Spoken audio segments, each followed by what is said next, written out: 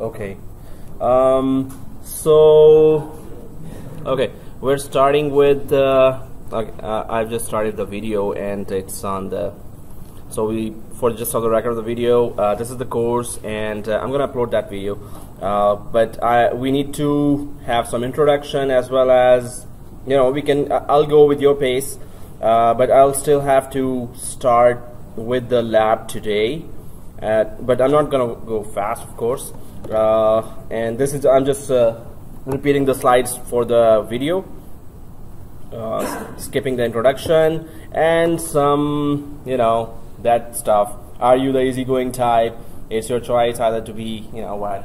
So we'll be serious in this, and we're gonna be really working hard for the database course, especially. Okay, SharePoint, it's very important, yes.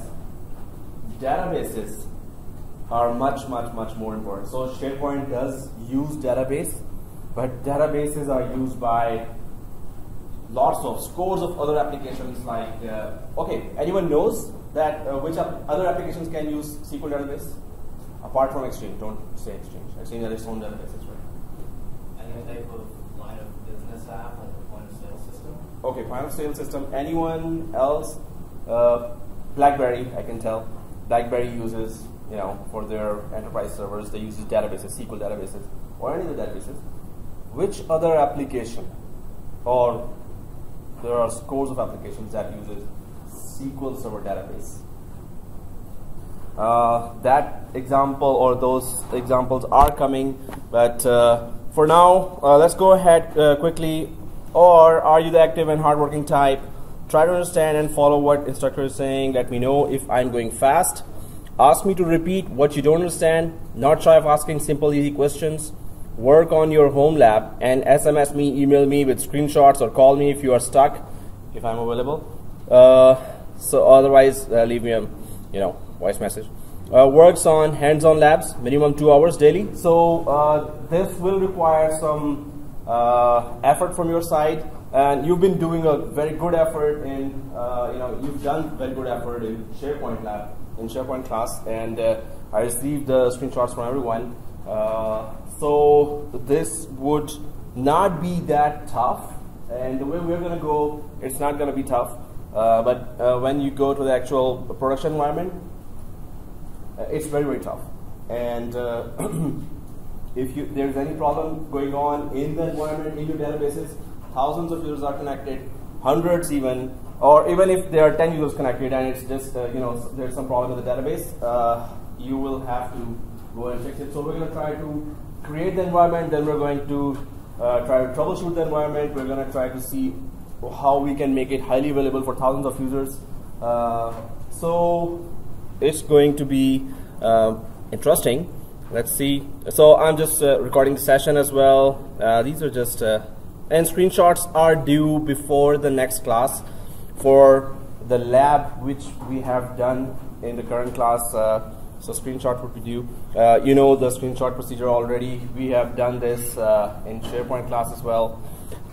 So you can, this is something we already know. So the schedule for now is Monday 2 hours, 8 to 10, and Friday 2 hours, 12 to 2. And is it okay with you? Or shall we have 4-hour one class? Okay. On Friday, we also, the class after this is Jackie's, and on Friday we have a similar setup, so it would be nice if one of you guys were to switch. Hey, exactly my thought. So, and I asked Jackie that, can I have just one day 4 hour straight, and you can have the other day 4 hours straight. So Jackie's class is today as well, right? After my class or before? Oh. After my class, right? Okay. Oh, this is possible then. Okay. So yeah, he already said that, but he said that all the students have to come, and let's go this way for this 1 week or 2 weeks. And when all the students are ready for that, so just today tell him that, hey, we are ready. So those who showed up have to just say that. I don't know when they are 25, right? So this maybe is normal that first day they're still thinking, or hey, it's first day, they're not gonna do any work, so why should we show up, right? But anyway, I'm gonna try to start creating the network so those who did not come here would regret, and I'll be so happy. No, I'm just kidding. Come on. So I'll be with all the students, whatever stage they are. So there will be quizzes, midterm, final tests for whatever we have covered till then, and we're going to be covering. So I'm going to start slow. I want to take everyone with me, and so many are absent, so it may be even slower. But then we're going to go a bit faster because it's going to get complicated. I already have this as well. I created a Google group. I did not add your email addresses. I don't think there is any new student in this class, but we don't know yet, right? There could be new. So when that new student or students come, I'll just ask. So today I'm just going to add your emails, and I'm going to upload this video, and I'm going to give you some actually in this video I intend to at least create our basic domain. So but it has to be Windows 2012, although this database SQL Server 2012, it is supposed to be installed on 2008. Maybe that's why we don't have 2012. Okay. Seriously. So guys, anyone has started installing the SQL Server? Has anyone tried to go to the your DreamSpark membership? Yeah. Okay. Or you can try to download that at home, or here start doing it, because you have a video, so you're gonna follow and create a network. So if you are already downloading, that's very good. If you're downloading SQL Server 2012 Enterprise Edition, as I mentioned here or showed here, you can also download Windows Server 2012 with DreamSpark subscription. So you can just start those downloads in the 2 hours. In fact, the next class is also Jackie's class, so you're here. So you're going to be easily downloading both Windows Server 2012 and this SQL Server 2012 Enterprise Edition. So I'm going to take you to that slide, and when everyone has started the download, I'm just going to move ahead. So if you can start that download now, I'm just going to take to I wanted to go through the slide, but I want to save your time as well. So day one. So guys, this is it. If you can go to your DreamSpark, and if anyone is having an issue, let me know. I can come to you, and you just have to search for this. Everyone has a DreamSpark membership, right? Subscription. No. Okay. Who does not have DreamSpark subscription? Can you please raise your hand? 1, 2, 3. Oh, others have it. The DreamSpark. Have you ever logged into DreamSpark? Because no, I always went to this other website which has all the ISOs there. Okay, good. So, do you have? I think SQL Server is not there. Yeah, it is. But the only problem is the school blocks the website. Off DreamSpark. No, the website. Oh, okay. But DreamSpark is free for all students. I never wanted to because I always had an alternative. But you don't have a link, right? That's why you could not go, or okay, because it's a legit license as well. It's a key for 1 year. Otherwise, you have to go to the evaluation, Microsoft evaluation, which also gives you 6 months of full work. Microsoft website. If you go to the same, but it's free, and you should just communicate with your whoever you communicate with to get the keys. Cyrus, okay. So guys, I can give you the ISO, but you have to have your own key, right? And it's free for you. I mean, it's free for everyone here. So please try to communicate. Otherwise, go to the Microsoft website. I can take you there as well. But today, I'm just saying that if you could really follow, you would really have legit keys for so many software there. There's a long list of software with legit keys, right, for 1 year, 2 year. So everyone else has the membership and access to the DreamSpark? Okay. So Windows Server 2012 R2. Windows Server 2012 R2. So let me just go there. Okay, so let me just get back. Okay, so I'm in the DreamSpark, and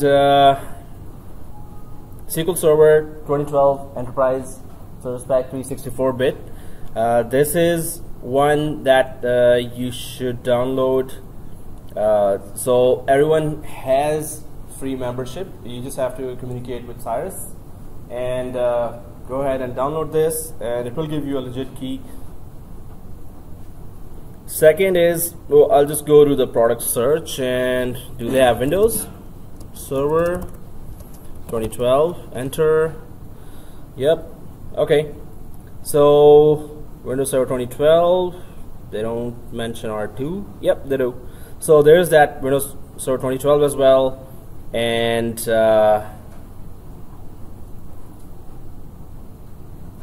Windows Server 2012 R2 data center with update. So I'm just gonna put it on the, because it's on the video right now, so I'm just gonna put it on the slide as well. So later I'm just gonna send you the PDF. You could follow.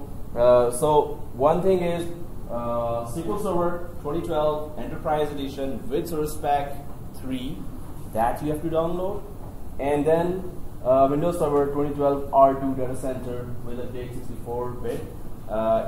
Because we're starting now, so it's okay, take your time. We're going to be discussing about concepts and introduction of database anyway. But if you can start download or try to communicate by next Friday or by next Monday, we could have our setup ready.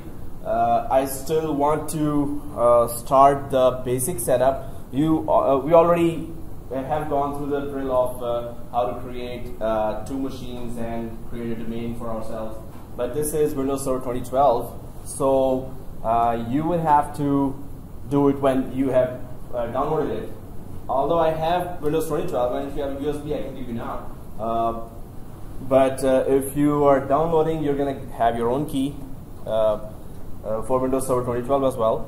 So take your time, download it, at least start the download, and then I can show you here what I have done and recorded it, so you could follow up before the Friday. At least what I've done today, you could do it till Friday, right? 3 days more you have, right?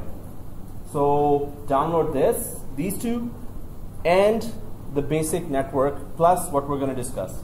So that's, you know, what I can squeeze it into 2 hours right now. I'm not sure if I could even you know, make a full domain of 2 servers till now. But these 2, if you have the correct software, we will all be on the same page, and then we can go for some advanced stuff. So it's not compulsory that you go for DreamSpark for this. Evaluation versions are also 6 months. So when you activate those, but since you have it free access here, so with legit keys for you, so I would recommend that you should go there. Okay, so it's in the video as well, so you're not gonna have problem, because you're gonna just see that again and go for it. Okay, so I'll just go back to the slide. This is the book that we are going to be following. So it's good for reference, but this book assumes that every one of you have already you know, 1 year or 6 months of experience in SQL environment in a medium to large size organization. This book assumes that. So we need to reach there first, but this book has very, very good stuff. I mean, this is straight from Microsoft. So the way they have explained database in straightforward, to the point, with hands-on labs, this book is very, very good for reference. When you go for market, even when you're a system administrator, you can still refer to this book. Now there is SQL Server 2014 there, but the concepts are still the same, just new features, nothing added from the basics. All the basics are same. So this is a book that we're going to be following, and it's very good for reference. It's to the point and from Microsoft. And this is actually exam prep, so that's why it's to the point. Otherwise, it would not be, it would be more than 1,000 pages if it was just a normal book. But it's for exam prep specifically, and the exam code is 70-462. In the market, when you go for job hunting, exam prep, giving the exam is a must for your job hunting. So your non-technical recruiters are going to see the logos of your exam. So if you're certified, they're going to call you and they're going to at least take you to the interview desk. This is something, it's happening every day. And many students are coming to me, okay, what do? I don't get recruiters call and I'm job hunting now. So I always recommend that do the certification as soon as possible. When you're ready, do the certification. Give a certification for SharePoint. And let me know if you need any help. I can give you all the material to pass the SharePoint exam. Well, I'm going to give you all the material to read first and all the videos to follow, and then pass the exam ASAP. Because if you pass now, you will be considered at, oh, this guy has like 1 year of experience. Suppose you're going to start job hunting after 1 year, maybe 2 years. So you pass now, this means 2 years back you already gave SharePoint. This means, okay, you are really serious about learning all the technologies that matter in the office, in the production environment. So giving certification ASAP is very important. Now you do it. So when you're free after 2 years or 1 year, I mean, it's going to be already late for you to start the certification. You should be presentable in the job market when you leave this college, right? Anyway, so if you need help with the exam for SQL Server and for SharePoint, contact me, let me know, right? I'll give you the material. Okay, let's go ahead. So we are supposed to talk about databases, administering Microsoft SQL Server 2012 databases. So as I said, that this book assumes that you already have experience, so you already know the basics, right? But we don't. So we're going to start a little before the book assumes. So there's that YouTube video. I hope the speakers are really working here. So please see these concepts. This is a video with totally, full basics. It goes to the really, ABCs of. Welcome to this tutorial series on SQL and database. But before we learn about database, let's understand what is data. In simple words, data can be facts related to any object in consideration. For example, your name, age, height, weight, etc. are some data related to you. A picture, image, file, PDF, etc. can all be considered data. Now, what is a database? We already know what data is, but this data could be random. A database is a systematic collection of data. Since the data in a database is organized, it makes data management easy. What is a database management system? DBMS. Database Management System, or DBMS, is a collection of programs which enables its users to access a database, manipulate data, and help in the representation of data. It also helps control access to the database by various users. Let's discuss a few examples. An online telephone directory would definitely use Database Management System to store data pertaining to people, phone numbers, and other contact details. Your electricity service provider is obviously using a DBMS to manage billing, client-related issues, to handle fault data, etc. Let's consider the Facebook. It needs to store, manipulate, and present data related to members, their friends, member activities, messages, advertisements, and a lot more. We can provide countless numbers of examples for usage of DBMS. Database management systems are not a new concept, and as such had been first implemented in the 1960s. Charles Bachman's Integrated Data Store, or IDS, is said to be the first DBMS in history. With time, database technologies evolved a lot, while usage and expected functionalities of databases have been increased immensely. Types of DBMS. Let's see how the DBMS family evolved with time. The following diagram shows the evolution of DBMS categories. There are 4 major types of DBMS. Let's look into them in detail. Hierarchical. This type of DBMS employs the parent-child relationship of storing data. This type of DBMS is rarely used nowadays. Its structure is like a tree with nodes representing records and branches representing fields. The Windows registry used in Windows XP is an example of a hierarchical database. Configuration settings are stored as tree structures with nodes. Network DBMS. This type of DBMS supports many-to-many relationships. This usually results in complex database structures. RDM Server is an example of a database management system that implements the network model. Relational DBMS.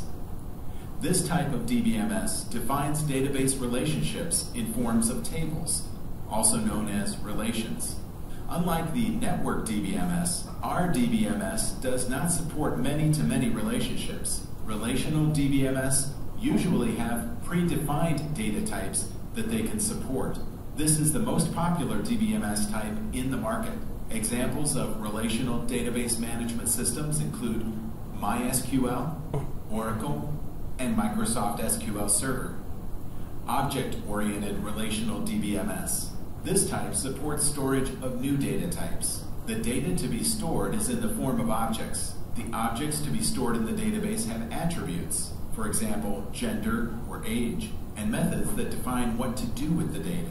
PostgreSQL is an example of object-oriented relational DBMS. So what is SQL? Structured Query Language, SQL, pronounced as SQL or sometimes as SQL, is actually the standard language for dealing with relational databases. SQL can be effectively used to insert, search, update, and delete database records. That doesn't mean SQL cannot do things language for dealing with I'm just repeating that again because that's what we're going to be doing in the course as well. Relational databases. Yes. SQL can be effectively used to insert, search, update, and delete database records. That doesn't mean SQL cannot do things beyond that.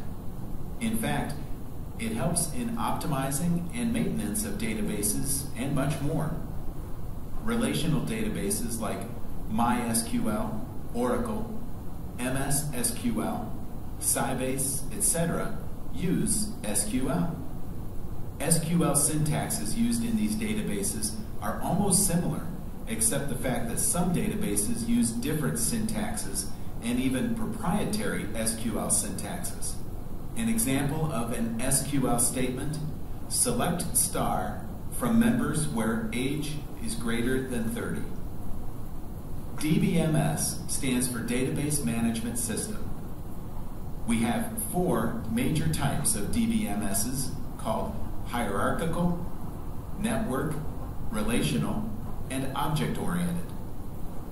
The most widely used DBMS is the relational model that saves data in table formats.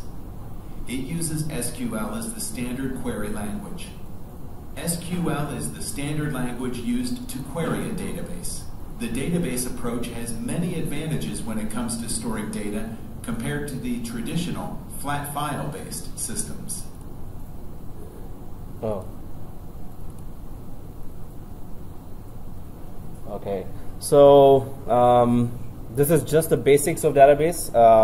You have already, I'm just going to send you the link, you want to repeat this, but we're going to be talking about databases again and again. We're going to be installing that, we're going to be using that syntax to really go and use those statements to create tables, to create databases, to delete databases, to move databases. So there's going to be a lot of, not lot of programming, but some, some part of it. But mainly it will be system admin side where you have to maintain the databases and make it highly available, right? So SQL Server, there's going to be much more complicated scenarios where you have to maintain for thousands of users, and if it crashes, how do you recover it? And but this was again just very basics of what database is. And we're going to be talking a lot about that, but I was concerned today about if we could at least start the lab as well. So first of all, the topics: planning and installing SQL Server. I hope to do that by this Friday and Monday, so we could go ahead. Then it comes down to once we have our SQL Server installed and intact, then it goes to configuring and managing SQL Server instances. So we're going to talk about that. Then here we're going to start using some of the SQL queries, and also try to know the syntax and some of the commands. So configuring SQL Server 2012 components. Then there are large amount of components there.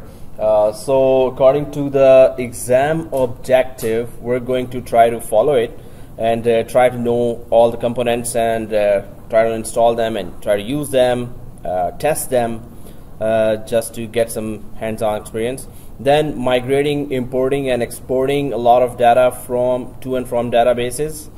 SQL Server logins, roles, and users. So all about the security as well.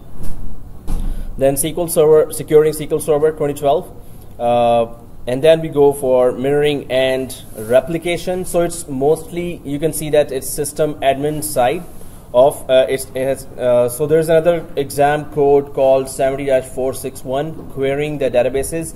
That is all development, but this is all system administration side of the SQL Server, that you have to maintain or keep the servers highly available and in working condition, and do some daily or monthly or weekly maintenance of the databases and in the SQL Server environment. So sometimes it's in a huge environment you can have hundreds of SQL servers, and you have to really maintain all those. So it always gets very complicated when you have big environments where you have to control the databases. Even if you're not directly responsible for SQL servers, maybe you're an Exchange expert, and and in Exchange environment you have BlackBerry, you have SCOM, you have SCCM, not related to Exchange, but if you're monitoring as well, then there's System Center Operations Manager, SCOM, then there's System Center Configuration Manager, SCCM, and they're all required in the market. So they all use SQL Server databases, and so directly or indirectly you will always be working from time to time, and you'll be working on SQL Server databases in your job environment as a system administrator.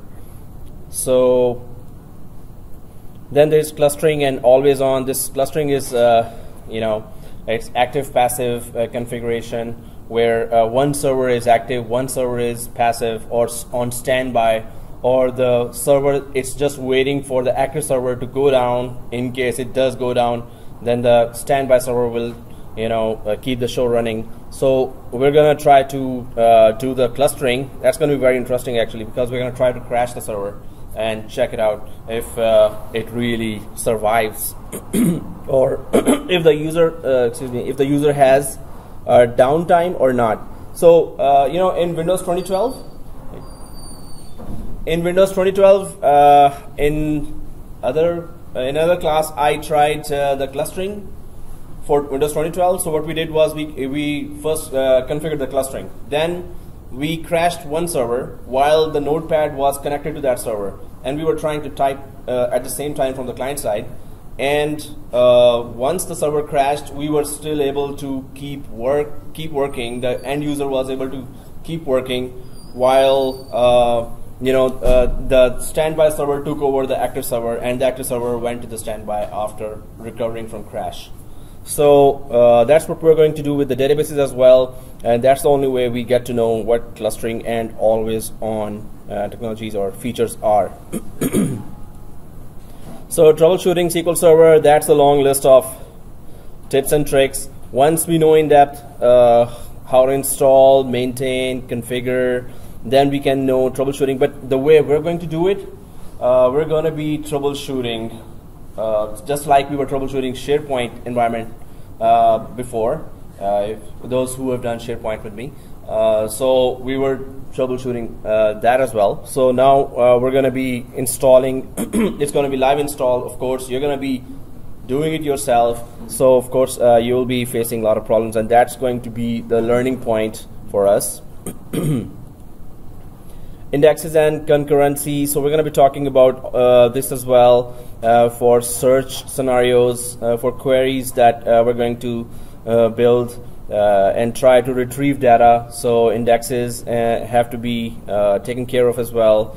And so we're going to talk about these features as well. There are lots of features. SQL Server Agent, backup and restore. Of course, that's one of the most crucial things that a system admin does every day.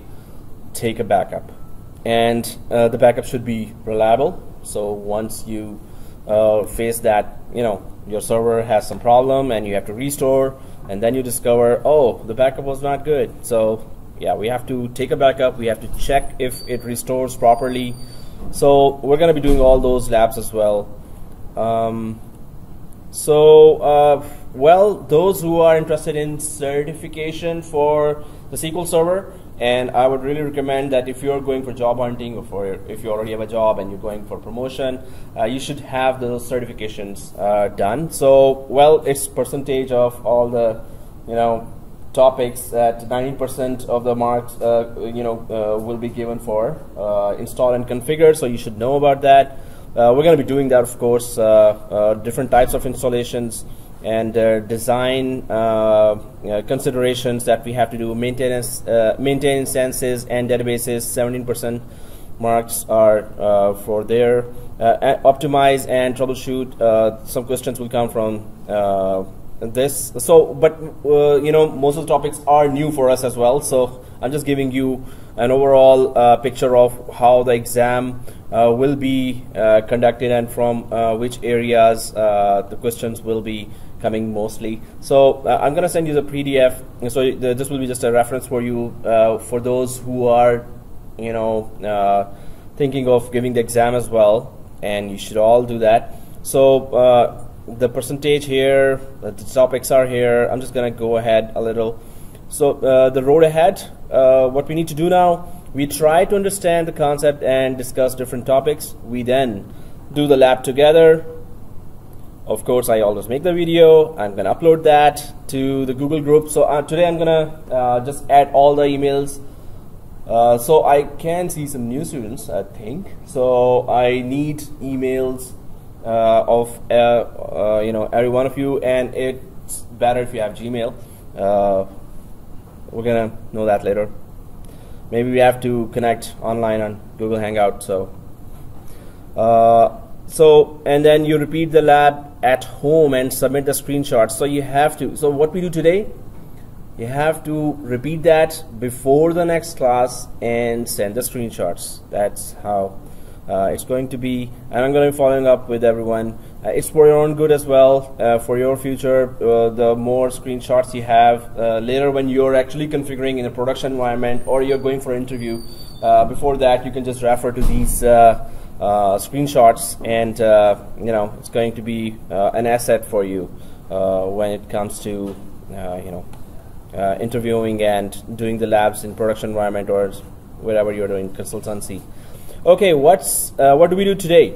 So download Windows Server 2012 R2 from our DreamSpark subscription. I hope everyone has a DreamSpark subscription. If you don't, please contact Cyrus and get that, because it's free for all the students, and you have lots of software and you have the legit keys for those software, right? So you should have the subscription for that. So please go ahead, go to that, contact Cyrus if you don't have it. If you have it, then go inside. I already recorded that in the video, which versions to download and where they are in DreamSpark. You just have to search. So download Windows Server 2012 R2. So I'm just going to create a lab today, and since it's recording, so by the time you have downloaded today at home or in the class, you can repeat it tomorrow at home or here, or before the next Friday. Your network should be good, and I should also track the time, because 2 hours just fly. Oh, okay, it's flying already. So download SQL Server. Two things we need: Windows Server 2012. Although SQL Server 2012 is supposed to be installed on 2008, but nowadays, the SQL Server and 2012 and Windows Server 2012, they were both released, nearly simultaneously in the same time. So, but SQL Server was released first. So, in the book, which I have put there as a reference for you, and you should buy that. In the book, it's saying that SQL Server 2012 can be installed on Windows 2008. It does not mention Windows Server 2012 at all. But you will discover now that it just installs normally. There are no errors, and it's perfect. It's just that the book was released, and I don't know why they did not update that. But they were saying that Microsoft will add that support because it's SQL Server 2012. Now SQL Server 2014 is released as well, right? But in our course it's 2012.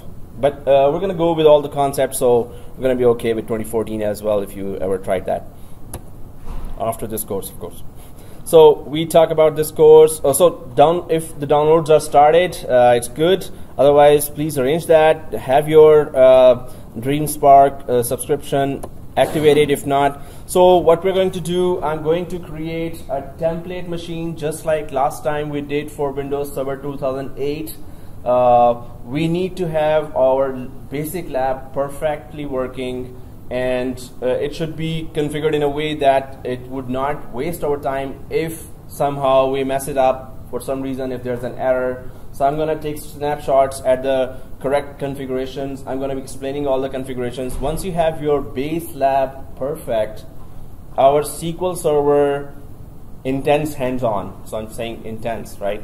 So it's going to be lots of tests we're going to be doing. We're going to be installing, reinstalling, removing, uninstalling, scaling out, having 2 or 3 SQL servers, migrating, backing up. So we're going to be doing a lot of that stuff. So if our base lab is perfect, if we can recover our base lab from any kind of mess we do, and without messing it up, we won't be able to learn anything, right?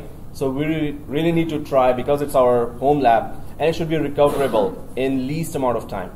It should be in working condition in least amount of time, right? So that's why I'm going to concentrate on creating our base lab first today, just like last time.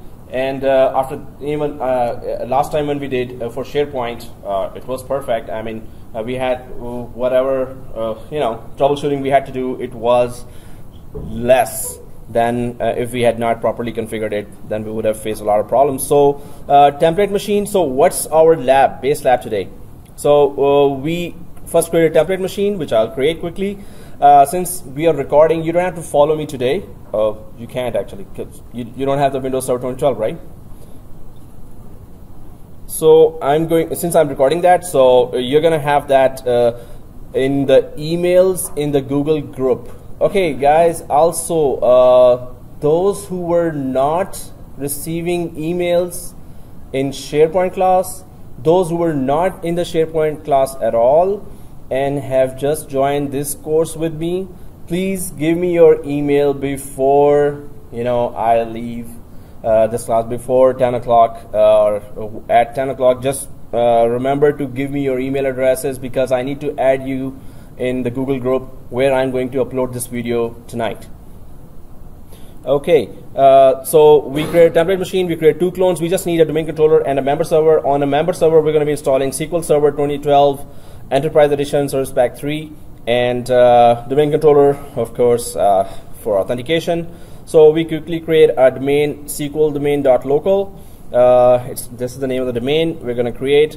This is, again, I'm showing here, I've shown it already before. Go to the DreamSpark and just try to download this one, SQL Server 2012 Enterprise Edition with Service Pack 3. With Service Pack 3, it's important, right?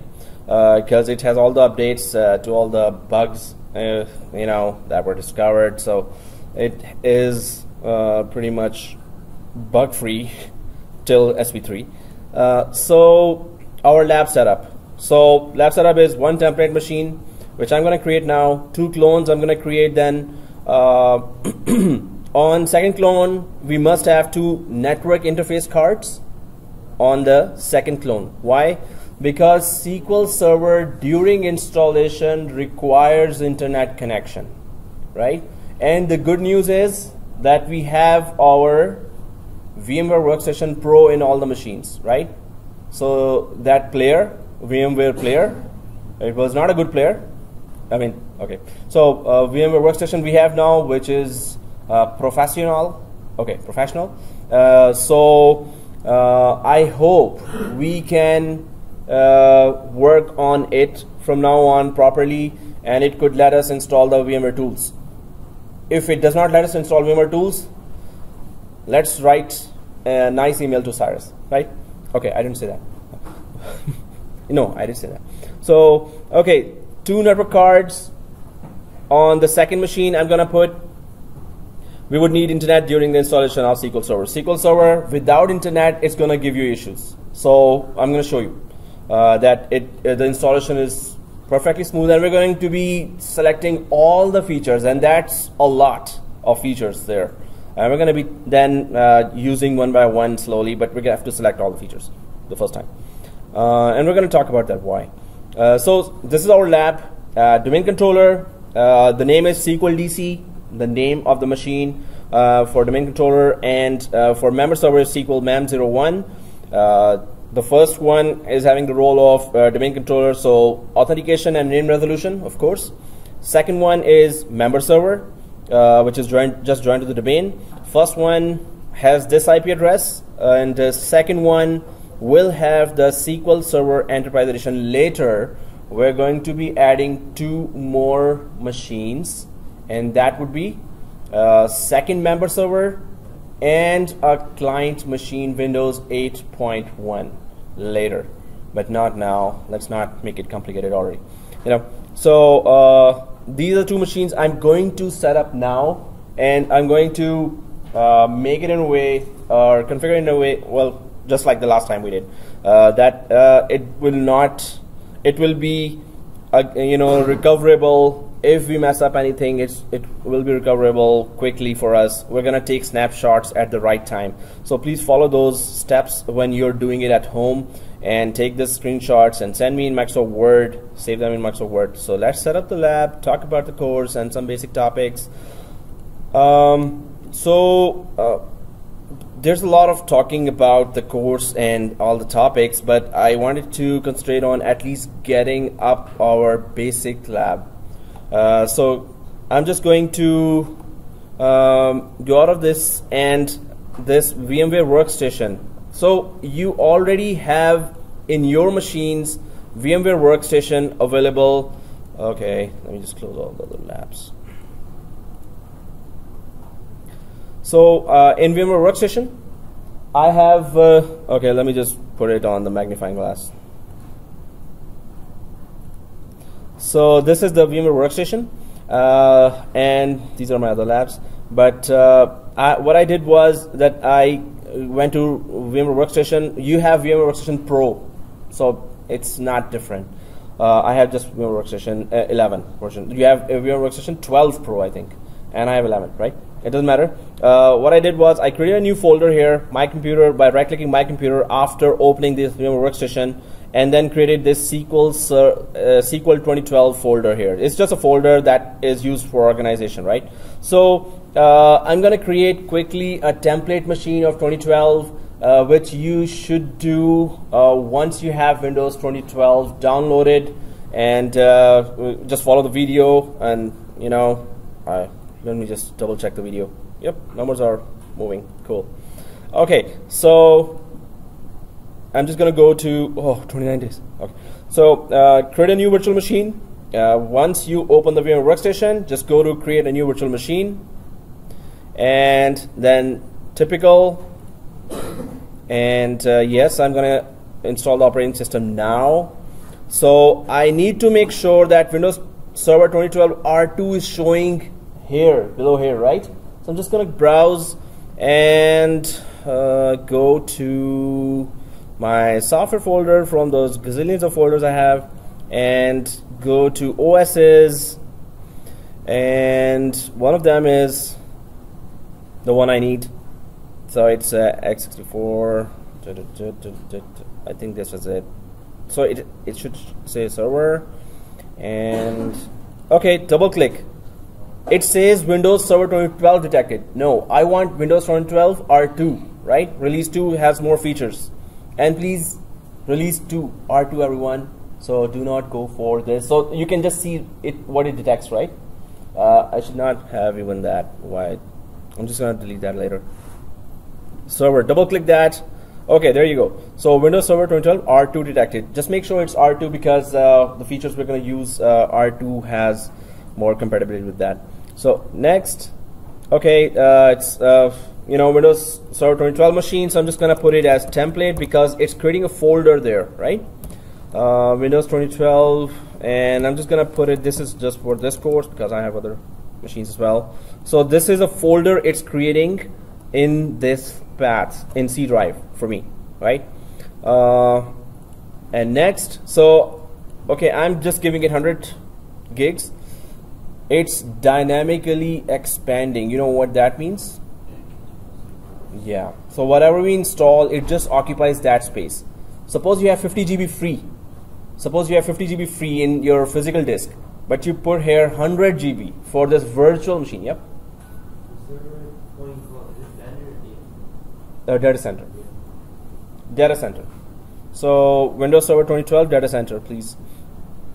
Okay, and this is 100 GB, but it is dynamically expanding. So if I install just the Windows 2012, it's going to occupy just that space, right? And then store virtual disk as a single file or into multiple files. This is just for portability. If you have this machine, you want to copy it to some other system, and maybe it grows into 100 GB machine or 110 GB or 80 GB machine, virtual machine. So if you want to copy that over the network, it might drop down the data. It might just stop. The installation might get corrupted because of the huge size. So if you have multiple files here, then it's going to be easier for you. It's going to create 4 megabytes of 4 gigabyte of file. Increments of 4 gigs files. So you can just copy, one set of 4 gigs, then second set of 4 gigs, and third set of 4 gigs. So it's portable easily. You can move that machine to any other location, even over the network, right? So just for portability, so I'm just going to keep it the default option, and 100 GB because it's dynamically increasing. It's not going to occupy all 100 GB at once. It's just going to install. It takes space for whatever we install. Okay, next. Customized hardware. I would just want to. This is a domain controller. I don't want to increase the RAM here. I think these machines have 16 GB RAM, right? Okay. So first thing is, I would recommend this, since this is your career now, IT, right? It's good to have your own powerful laptops or desktops, right? So try to have them whenever you can. But in this, if you have 16 GB, so second machine we will give 4 GB. First machine we're gonna give just 2 GB. Why? Second machine will have SQL Server. First machine is just domain controller for authentication. Doesn't take much anyway, right? So I'm just going to keep it like that. For second machine, I'm just going to increase it. But since it's a template machine, we're going to just use this machine for cloning only. So every machine we clone will get 2 gigs, right? So 2 gigs okay. We can increase according to what I want. Processors 1 is okay. NAT. So network adapter, we already discussed that in SharePoint course as well. But if we put it on bridge, this means this virtual machine will join our physical network. Not a good idea. So we cannot join, we don't want to join this machine to our physical network, right? So we don't bridge it. NAT, if you want internet for that machine, network address translation, right? So it provides internet to your machine. Host only, that this virtual machine will communicate with other virtual machines or with the host or the OS of the laptop or with the laptop, right? So either we can choose host only, or I just go for custom because I have other networks as well. So you can choose any of those networks, and it's like VLAN. In VLAN, one set of machines cannot communicate with the other set of machines, right? So I can choose VMNet 11, suppose. I can choose anyone, right? So suppose I choose VMNet 11 for this template machine. Whichever clones I create now will all be on VMNet 11 for me, right? So you can choose any one of those custom, or you can choose host only, but only from these two. Don't go for NAT. Even if you go for NAT, it's okay, but don't go for bridge at least. Because later if we install DHCP and our machine is on physical network, there will be 2 DHCPs. And Cyrus will not be happy with us, right? So, or any other network admin, because our machine will be giving IP addresses as well as a DHCP. So, I'm just going to go for custom VMNet 11. Suppose if there's another set of machines which is VMNet 5. So, the machines in VMNet 11 will not be able to communicate with those machines which are in VMNet 5. So that's how it works. It's perfect, right? So I'm just going for VMNet 11. It's up to you. Just choose anyone, right? Other than VMNet 8, choose anyone, right? So I'm just choosing VMNet 11. I could have chosen anything else. It doesn't matter. Okay. So other than this, I need USB. Yes. Sound card. Maybe I'm bored. So songs. Yeah. So printer. Okay. Display. Definitely. Okay. So let's just go close it. What the only change I made was here 100 GB space, because it's dynamically increasing, and VMNet 11 as a custom network. This is my template machine, so every copy will be having VMNet 11. So click finish here, and the first installation of Windows 2012 starts. And let me just get it back to unmagnifying. Okay, so it's unmagnifico. Okay, so it's going to install now. While it's installing, I'll just start talking about the topics again. But okay, let me just click that. Next, install, because it's all recording, so you can just follow it easily at home or in this class after I upload it on that same YouTube channel. So I'm going to send you the link. Make sure I have your email address, because I need to add that email address to the Google group, right? So in this, I need to choose, or we need to choose which one? Data Center GUI, Graphical User Interface, Data Center, Evaluation. I'm choosing Evaluation. I can download from DreamSpark myself as well, but I didn't do that. Because this evaluation for Microsoft directly, if you download even, it will work for 6 months, which is good enough. I'm starting now, so from now 6 months onwards, this machine is good, right? But go for DreamSpark, it's free anyway. But SQL Server definitely only from DreamSpark, because we have a lot of time, 1 year license or 2 year license, whatever. But when you're installing server, data center evaluation, right? Next. Okay, go. Next. And since we're not upgrading it, so custom, we're not partitioning it. Next. And there you go. So I hope your machines have, or we already know that the partition on which you're going to create your virtual machines, or that the hard disk on which you're going to create your virtual machines is not SSD, I think, right? It's not SSD, or is it? It's the second drive you're creating your machines on, or the first drive? Second drive, right? Okay. So if it's not SSD, it's going to be slow. Mine is SSD, and I'm going to ask, just like I asked for VMware Workstation, and now it's here. So you know, we need to ask also that students must have access to SSD. What's, you know, SSD is the first one, and it's used for just storing data. How genius. Okay, so maybe we all need to have a email signature, something, a petition. Yeah, how about that? So okay, so you should be using SSDs. I mean, we're gonna increase, you know, have 3 machines, 4 machines, so it's gonna be terribly slow. Okay, so its installation for the first machine is going on, and it's 9:04, so it's like a timer right now. So I'm just going to go back and let's talk about the slide. So what is SQL Server? SQL stands for Structured Query Language. So this is just basics of you know, SQL, but we're going to go in depth and we're going to try to talk and discuss more about it. I'm just concentrating on going through the basic for the day 1 and just you know, getting the lab ready, so you could do that work at home as well, or here when you come back, and please have this lab ready before Friday so we could go ahead. But I'm just going to go with your speed. Don't worry, I'm just not gonna fly away. But after we are all on the same page, then we're going to go a bit faster. So, any question? Okay. So this is some more, you know, statements. SQL Server, SQL lets you access and manipulate databases. We already talked about databases, but we're going to talk in detail later.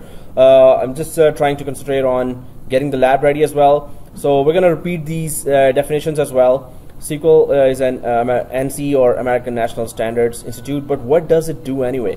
The next slide shows these are lots of things that we can do in SQL, and we're going to be trying that with the you know, SQL queries, statements with syntaxes. So SQL can execute queries against a database. So if you have huge amount of information in your database about your employees, when did they join, who had the salary raise, and you know, keep an eye on that and make friends with them, that person. Oh, just kidding. Okay, so you know, all the data about when the employees joined and left the company, and who is what and where, all the data about that employee, what computer that employee has been given, what devices that employee has been given.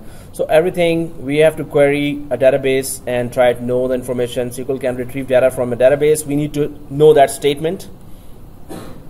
SQL can insert records in a database, can update records in a database, can delete records, can create new databases. We're going to be doing all that once we get our database up and running. That's the thing we're going to be starting to do, and it's going to be very interesting actually, because we can do it from graphical interface as well as from commands. So SQL can create new tables. We're going to do that, and create stored procedures.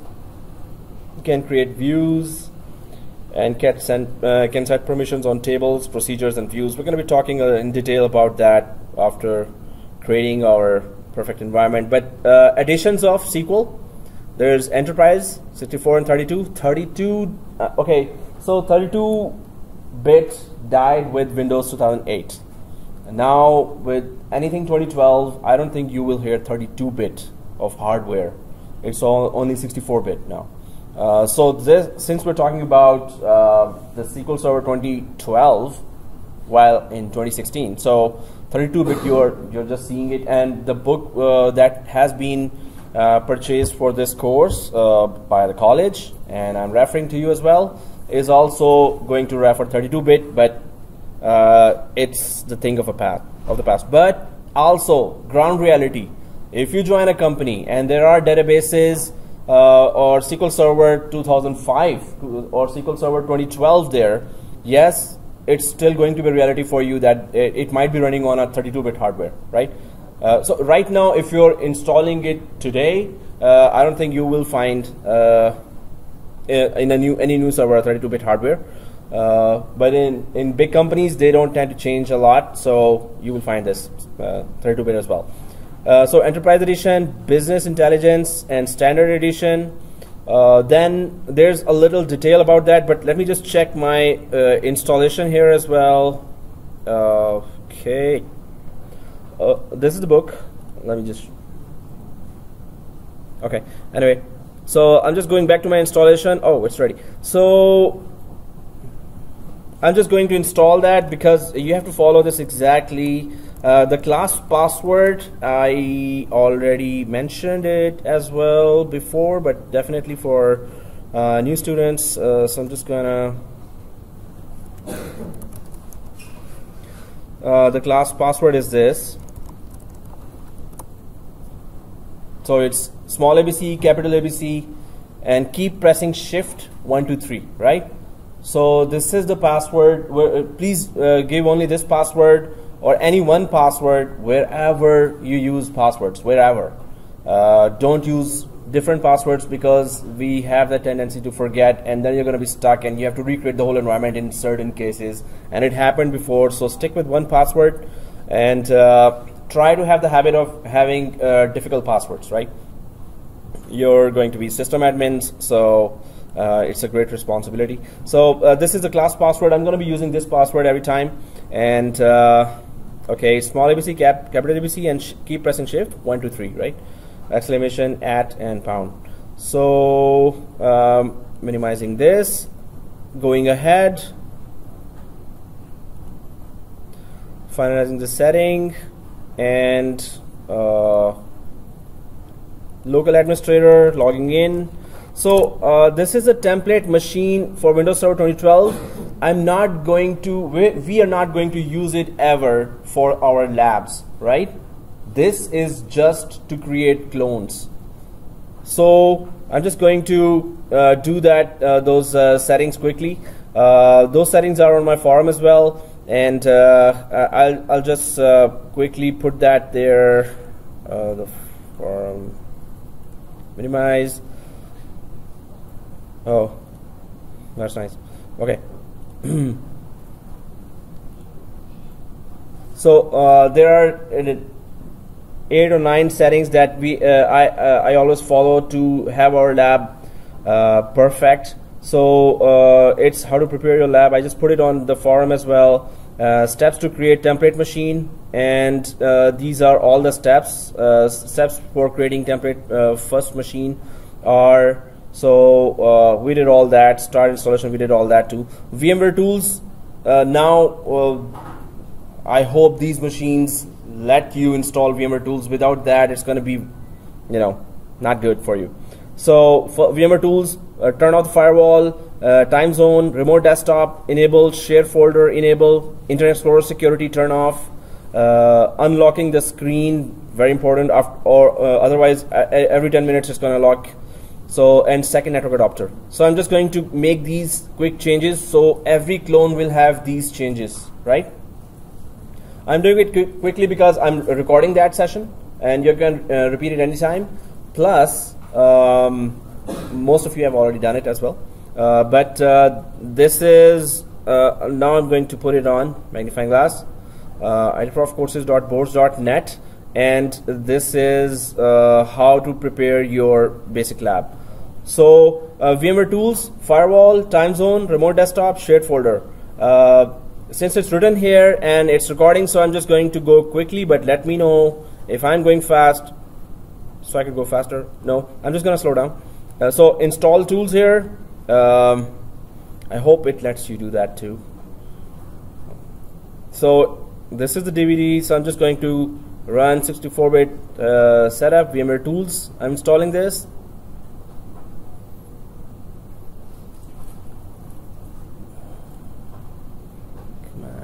Next, complete. next, that's it. So it's a quick basic lab. Template machine, this is template machine we're not going to use for labs. We are always supposed to keep it shut down. We're gonna just use it for cloning only. Finish, and I don't want to restart now. It's asking for restart VMware tools, so I'm just gonna go to the local server as per our diagram or as per our drawing. So I'm just going to, yeah, this one. So the name of the machine is SQL DC. The IP address is 200.192.168, and the gateway is 200.50, and the DNS of course is 200.1 for the DC. So I'll just go back to the machine and computer name change. Okay, so SQL DC machine name, press OK. It's gonna ask for restart. I'm not going to restart, of course, now, at least not now. So I'll just keep it here, restart later, or I'll just keep it Windows Firewall. Okay, in production environments, it's according to the company policies. Some companies say, or majority of the companies says, keep the firewall on machine level. Some companies say do not turn it on machine. On every server, don't turn on the firewall. They have a very good perimeter security. They have very good firewalls. They have DMZs, demilitarized zones, or firewall, protecting from inside attacks, firewall protecting from outside attacks. That's called DMZ in production environments. So some companies say turn it off. In our private lab, we are turning it off, but during interviews, just don't say that, hey, you have to turn off your firewall, sir. And that interviewer will say, you have to go from that door, sir. Next. So anyway, yeah, so we are just turning it off for our private lab, but otherwise, according to the company policies, some companies say keep it on. So turning off the firewall and turning off changing the time zone, Eastern, and turning off the Internet Explorer enhanced security. I'm just making my life easier. Otherwise, also enhanced security is also on in production environments, but different company policies. I've seen some companies turning it off as well as the firewall and this one, but other companies say no, keep it on. So according to the company policies, right? Okay, what else? So I'm just gonna quickly review. Okay, remote desktop I have to turn on, shared folder I have to turn on, and unlock screen. So remote desktop is this. Disable, oops, oh, it says restart later, okay. Remote management, no. Remote desktop, allow, there's only one option there, right? Okay, apply. Again, I'm going fast because I'm recording this and I'm going to send you the video, but try to understand now, and then later you can just quickly follow that, right? So before the Friday. Again, and what? Okay, so the control panel, I'm just gonna go there, and this is for power management. Power management, system and security. What I'm doing now is power options, just to stop it from turning off the display every 10 minutes. So I'm just gonna go for never. Save changes, it's my private lab. System security, power options, and then this change plan settings and never, right? Okay, done. One very important thing is this. Right click the template machine, settings, options. So this is the shared folders, and this is very important. I'll just put it on always enabled. I'll also put the map as a network drive. So what is it used for? If you want to copy back and forth from your virtual machine to your laptop operating system, anything. From your virtual machine to your laptop, from your laptop operating system to your virtual machine, you want to copy anything big. So this offers you that choice. So I'm just going to enable that, always enabled, map as a network. Let me show you. So I'll click add, I'll click next. Now when I click browse, it will let me go and check. This is my laptop hard disk. So I know that all my material is in edu or in software. So I'm just going to put that there. Excuse me. When I press OK, now how do I access my laptop D drive from within this virtual machine? If I go to this File Explorer, okay, there you go. There's a Z drive now, and this is the edu, which is actually the inside of my operating system of the host or of the laptop. So from within virtual machine, I can access and copy paste back and forth. I think everything is done, so I'm just going to double check one last time. Remote desktop on, shared folder on, IE security off, unlocking done, second network card. So second network card, I'm just going to add that here. Second network card, why are we going to add that? In order to enable or disable internet whenever we want. So second network card will be on the configuration of NAT or possibly bridge or VMNet 8. Actually, I'm going to show you now, but we're going to keep it disabled. The second network card will always be disabled, but we're going to only enable it when we need internet, exactly, and want to download something. So I'm going to add the second network card now. Settings, click add and press yes. So network card here. Next. Okay, here I think go to custom and go to VMNet 8. If that doesn't work, if that doesn't give you internet, then go for NAT, right? But this will give you internet. Click finish, press OK. It's recorded, so you just don't have to, be confused now. You can just see the video later and just follow it, and let me know wherever you're confused, because you will have the group to email me, right? Try to put your troubleshooting or whatever whichever problem you're facing on the group, so we could all solve it, right? So I'm just as soon as I install the network card, it's just going to discover it. It's saying that is it discoverable from outside as well, or from the internet. So I'm just going to go to the second network card. I'll disable it now. Ethernet 1 is my second, Ethernet 0 is my first, right? So second network card, oops, not. I'll just disable it now. So now everything is done except for the last step. So this is a template machine that I'm going to make clones of, and all these settings will already be there whenever I want to create a new network out of those clones, right? So the last thing is to run sysprep. Anyone knows what sysprep or what it does, or why is it important? Yes, good. Oh, just kidding. Yeah. Out of box experience. Okay. Oh, it removed the SID, which might cause trouble if you don't know. Exactly. So it gives every virtual machine a unique SID or security identifier. So suppose I don't run sysprep now. I create 2 clones without running sysprep, and then I install domain controller, install Active Directory in the first one, and the second one I try to join to the domain.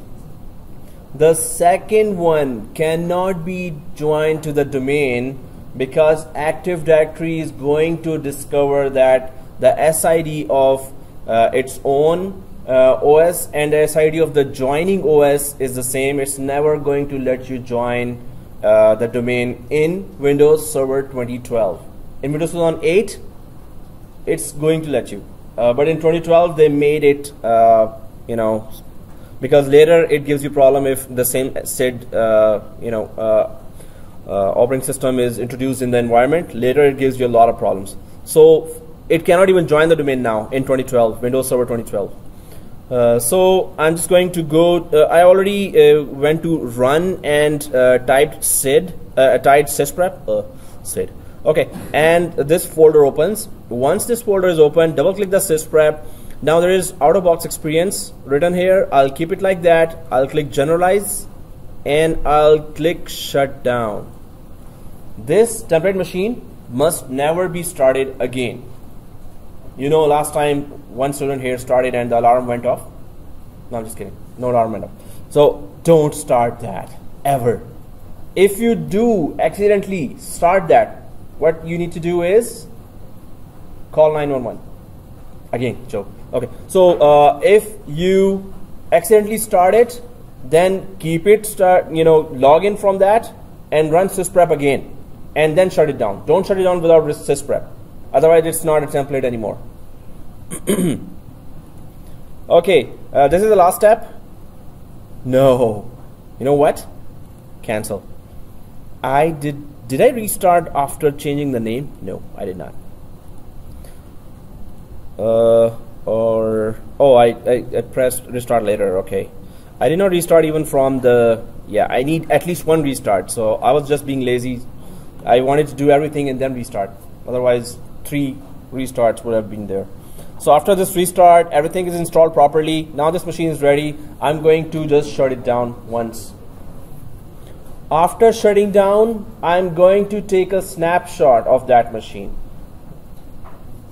So taking a snapshot saves that configuration at that time, whatever the configuration was, right?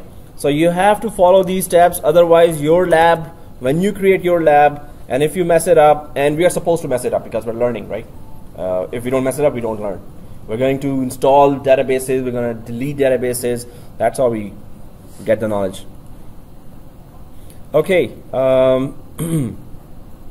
so now it's restarted. I'm going to start the sysprep again. Go to run, type sysprep, double click sysprep again. Out-of-box experience is okay. Click generalize and shut down. Why are we doing that? So this machine will only be used for cloning and nothing else.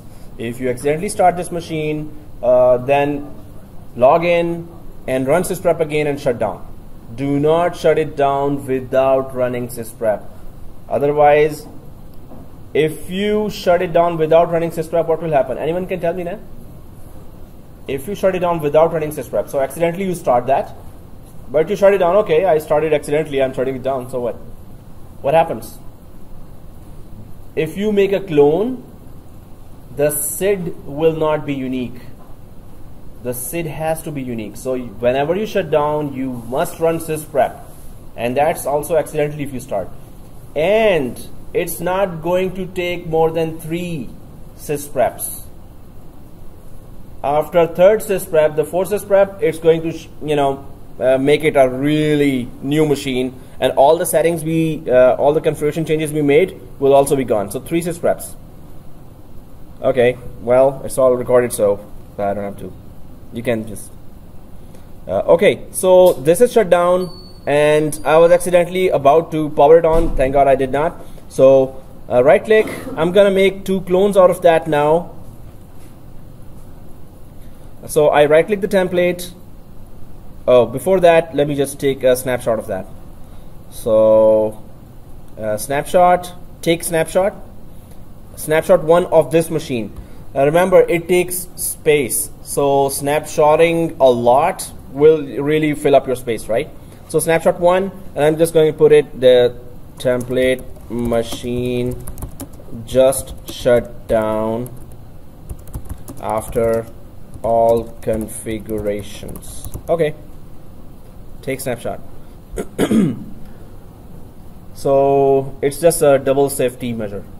So I'm just going to right click, manage clone, and next. So I can take a clone, I can create a clone of a snapshot or the current state, which is both the same, both are the same. So I'm just gonna keep the current state. And link clone, we cannot create link clone because it depends on the main operating system, and we need full clone for our working, right? Okay, now the name of the clone, it's going to create a folder by that name. So the name of the clone was, or the first machine was SQL DC, So I'm just gonna put that SQL DC. It's gonna create a folder by that name. Okay, click finish. So it's creating the first clone, then it's going to create the second clone, and it's 9:28. Okay. So I hope it's easy for you guys to reach this by Friday. But let me know, or work in groups, and yep. Sorry? Oh yeah, sure. So I'll just put it there on the Google group as well. Yeah. Okay, sure. The PowerPoint as well as that instructions you were saying for the configurations, or the actual slide? The whole thing, sure. Yeah. Okay, so first clone done. I'm just gonna create the second clone from the template and clone, and now the current state, full clone, next. Okay, so it was SQL mem01. The second machine name is this. It's a member server that's going to join the domain. Later there will be SQL mem02 as well.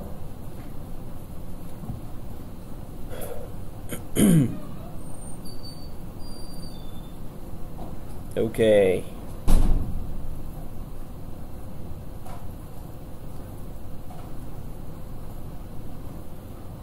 So well, it should be fast.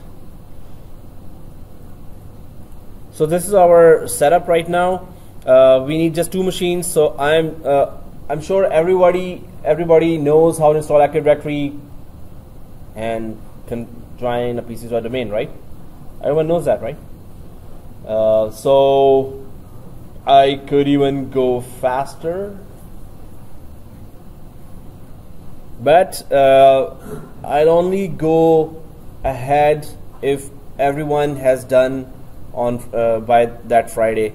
Otherwise, I'll have to check your machines and get you on the same page during the week. If you have any issues, just let me know on the Google group, and I'll just put my email here as well and number.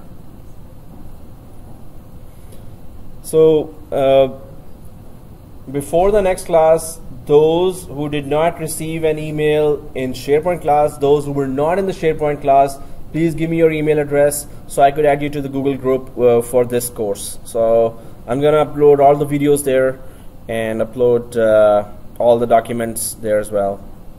Okay, I think it is about to be done.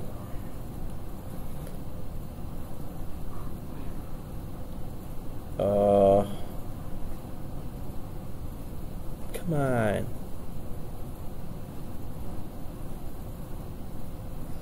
Okay.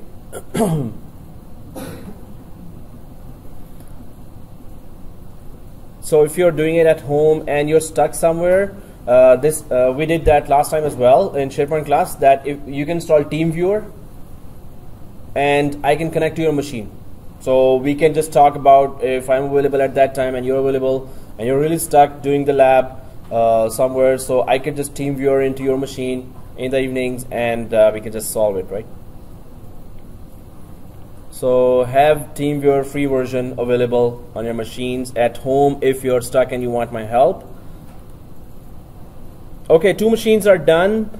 Since I created a folder called SQL 2012 inside the VMware workstation, so I'm just going to drag these guys there. SQL DC in 2012, SQL mem in 2012. Okay, so I'm going to start these 2 servers because I just want to create a basic network. It went long because we created a template machine, but template machine concept is very, very important because we might need more machines with this same configuration, so we can just clone it anytime, or if we have messed up the current machines, so we could have another clone which with those configurations, and we can just introduce those machines quickly to our current lab. So that's why template machine I took some time to Okay, both SQL DC and SQL MEM are standalone servers right now. Although it's a SSD, but it's proving to be a super slow drive right now. It's supposed to be solid state drive.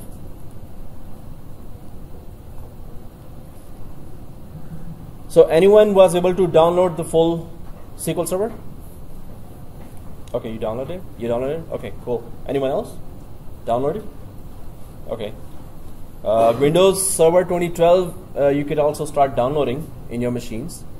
Or if you're already, yep. Oh, okay.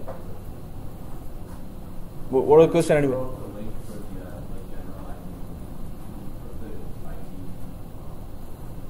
Oh, okay. Okay. Okay. So accept and the password, you know, the class password, small ABC, capital ABC, shift 1 2 3, enter, and then enter with the first machine. So I'm just gonna go quick because you guys, it's a basic task, and just let me know wherever you don't understand something, and make me repeat that. It's your right. I'm just going fast because it's recording, but that's still, you can ask questions. Don't let me just keep going, right? Okay. If it was 4 hours, I would be a bit, you know, not in a hurry. Okay, both machines I'm in now. So SQL DC, although I disabled the second network card in the template, but when I actually copied that, you know, cloned that from the template, the second network card is still on. So I'm just going to disable it again. Now I'm just going to quickly rename and give IP address to the first clone. Then I'm going to quickly rename and give IP address to the second clone.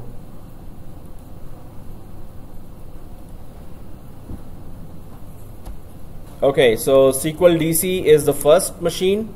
Press OK. I'm not going to restart now. And I'm just going to disable the second network card. Oh, you know what? Did I activate this machine? No. Okay, I'll activate it later. So every one of you, I think you're downloading the Windows Server 2012 from the DreamSpark. If you're doing that, you will have the key. I am doing the installation from evaluation version. I need to activate that. In order to, how do I activate this for 180 days? I have to install the Windows updates. So in 1 minute of installing of start of the installation of Windows Update, it gets that. In fact, let me just quickly try that now. I think I have internet already. Oh, there, I have internet. Okay, I'm going to start the updates, and it should show me turn on updates. It's updating now. So after 1 or 2 minutes, I'm just going to see if it is activated for 180 days or 6 months. So one thing I was doing is I had renamed this to SQL DC. Second thing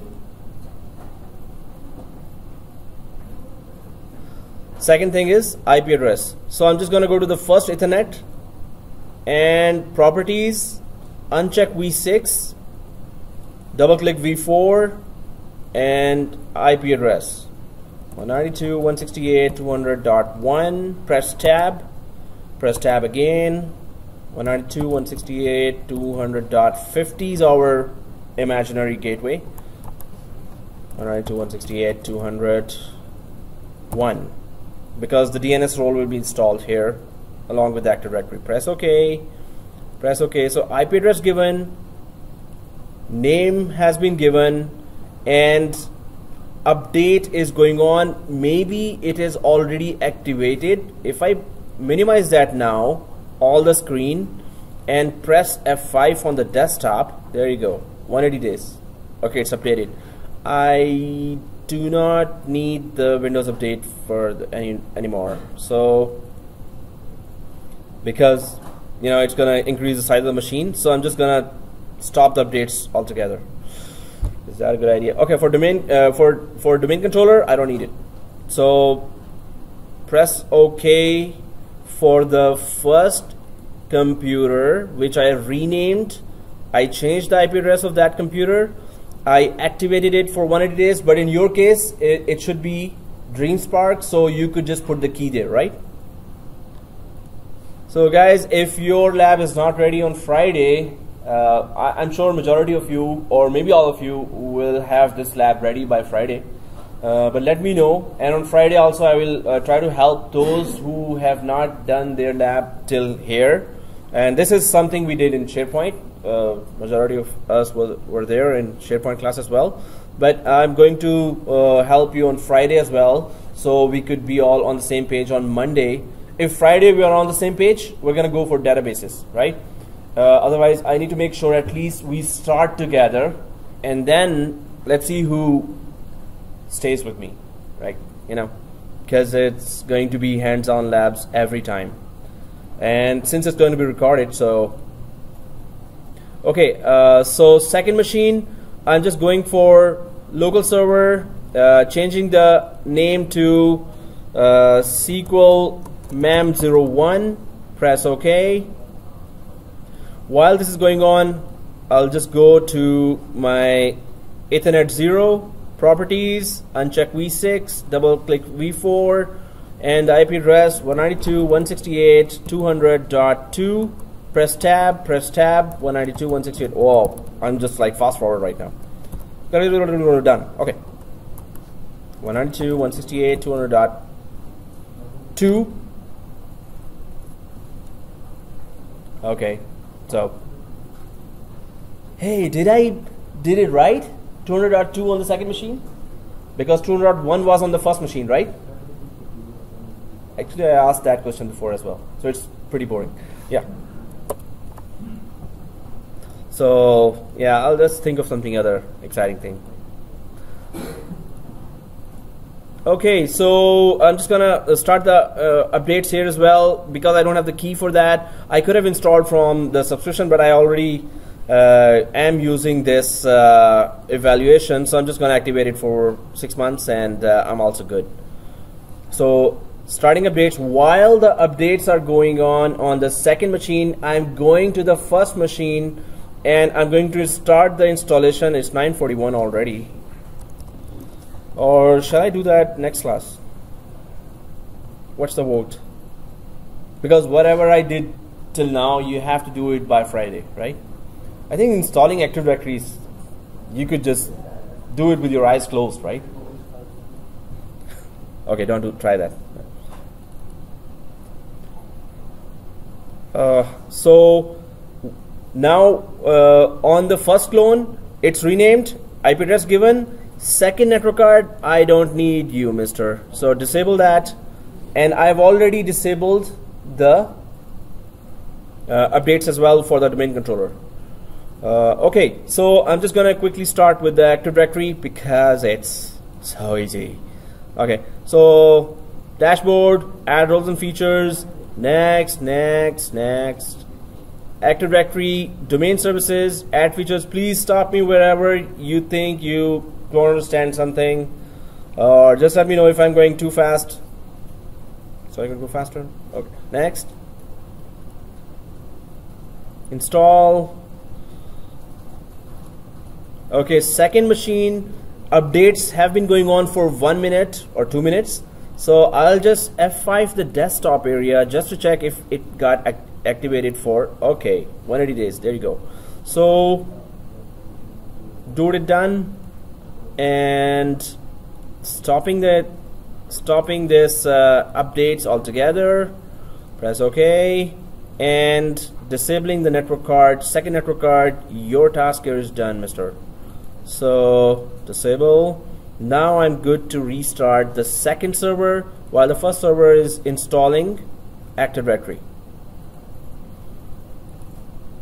Okay, close. So Active Directory binary files have been installed on the first server. I'm gonna go for the yellow triangle and promote the server to a domain controller. Next, add a new forest, SQL domain dot local, just like SharePoint domain dot local was the domain name of the last course lab DC domain. Okay, next, add a new forest SQL domain. Okay, we want forest functional level of 2012 or 2. Really? Okay, sure. The DNS will be installed with us. We need name resolution, eyes of Microsoft, global catalog, yes, for log on, and forest wide search, yes. Password for DSRM or directory services restore mode. When we take a backup, we have to restore, so this is the password for that area. So same password, the class password. Next, and it's looking for a DNS since we are going to install that, so we're going to ignore this error. Next, NetBIOS name. This is a single those legacy applications or old applications that would want to connect to the Active Directory with a single name will use this name, right? Okay, next.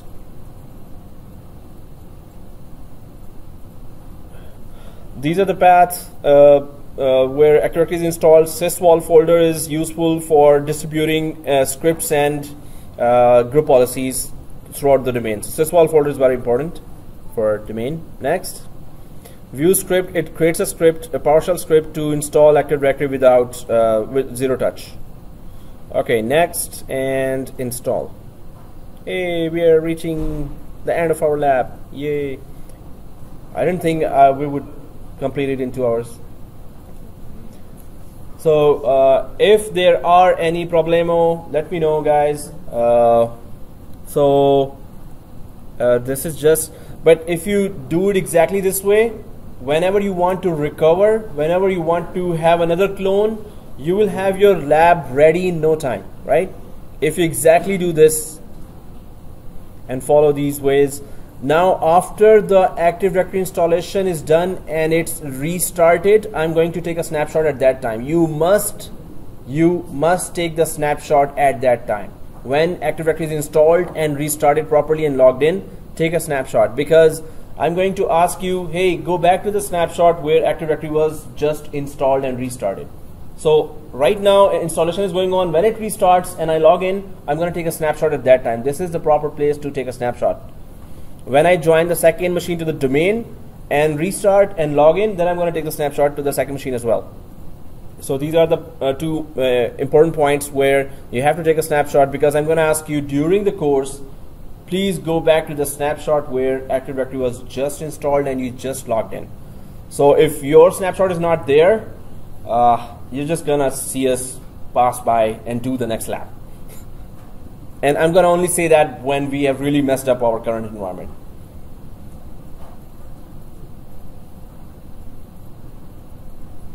Even when we have successfully installed the SQL Server with all the options and properly we have installed that, successfully we have installed that and restarted, after that we're going to take a snapshot. So in wherever I'm requesting to take a snapshot, please do take snapshots at those areas. Because I'm going to be referring to those snapshots that, hey, let's go back to that snapshot. So if you haven't done that, you forgot that, then we're going to just go ahead. We have to. All right, so we are trying to do, okay, no.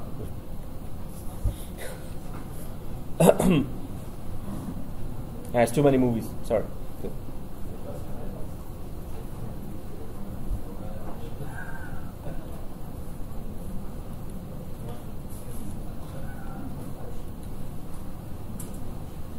Okay, so I'm going to just take a snapshot once I log in from this domain controller, and second machine is also ready to join to the domain, but I'm just going to wait for the domain controller to start.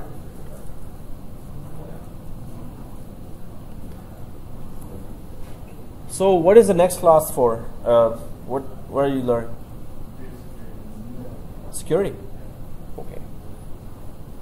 So exactly what, like CISSP, or is there certification or? Oh, okay. CompTIA. Could be that, yeah. Okay, SQL DC. Come on, come on, come on, come on, come on, come on. Move it, move it.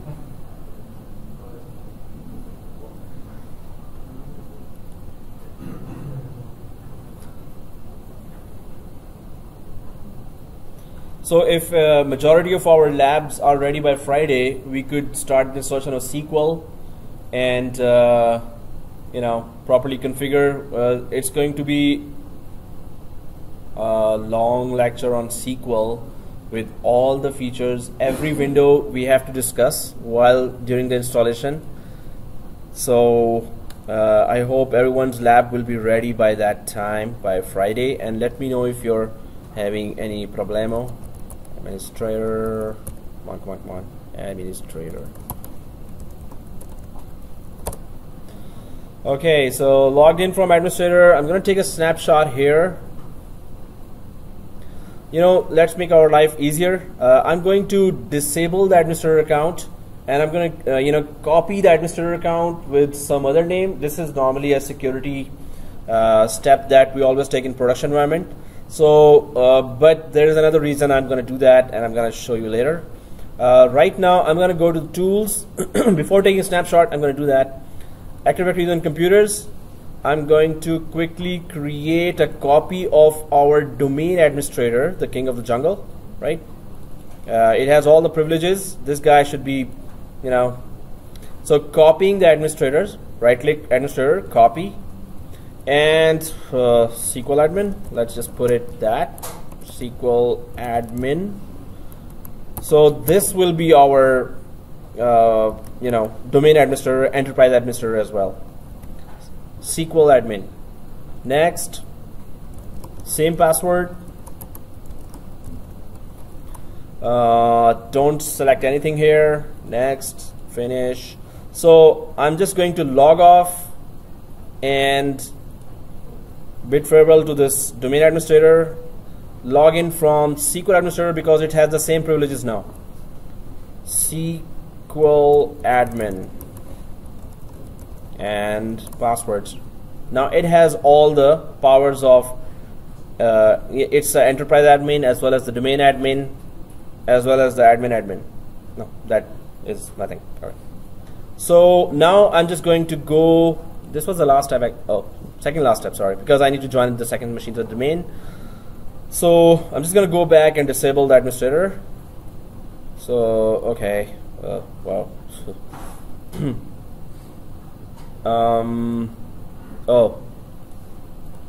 And Active Directory on computers. Come on. Inside the users container, there is the administrator. So I'm just going to disable account.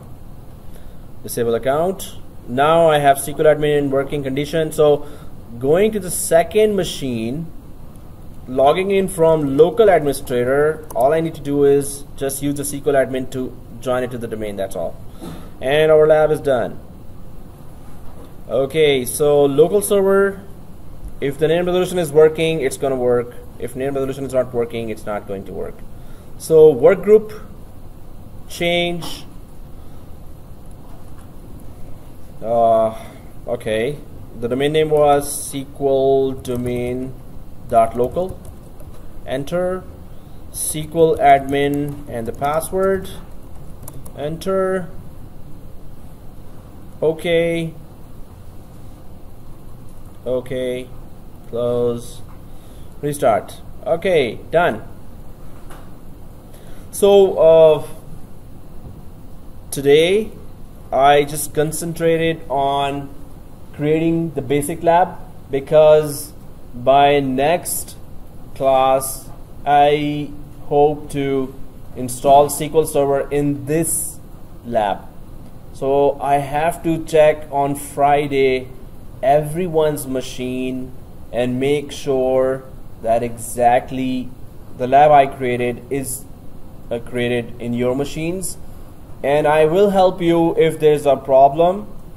And during these 3 days, so by tonight, I'm going to upload this on my Dropbox, and I'm going to send that link on your emails on my Google group. So I need your email now.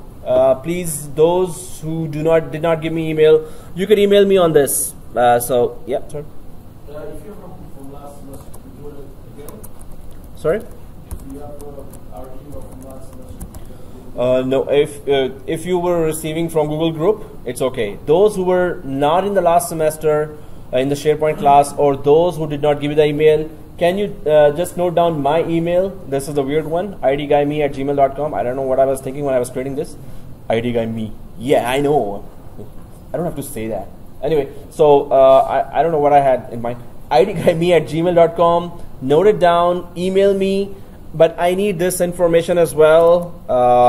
It's a SQL course, and you're from George Brown. Because, oh wow. Because you know, there are emails coming from other students from other places as well, right? So please, and your email will be there. So I will add. And oh yeah, one more thing. Please add your college ID. So please note down this. Please send me your email with this information so I could add you in the Google group. And by tonight you will get that this video now. So please note it down. Those who did not receive last semester an email from the Google group, please take this information. Email me your information, and that's it. Okay, so stopping the video now.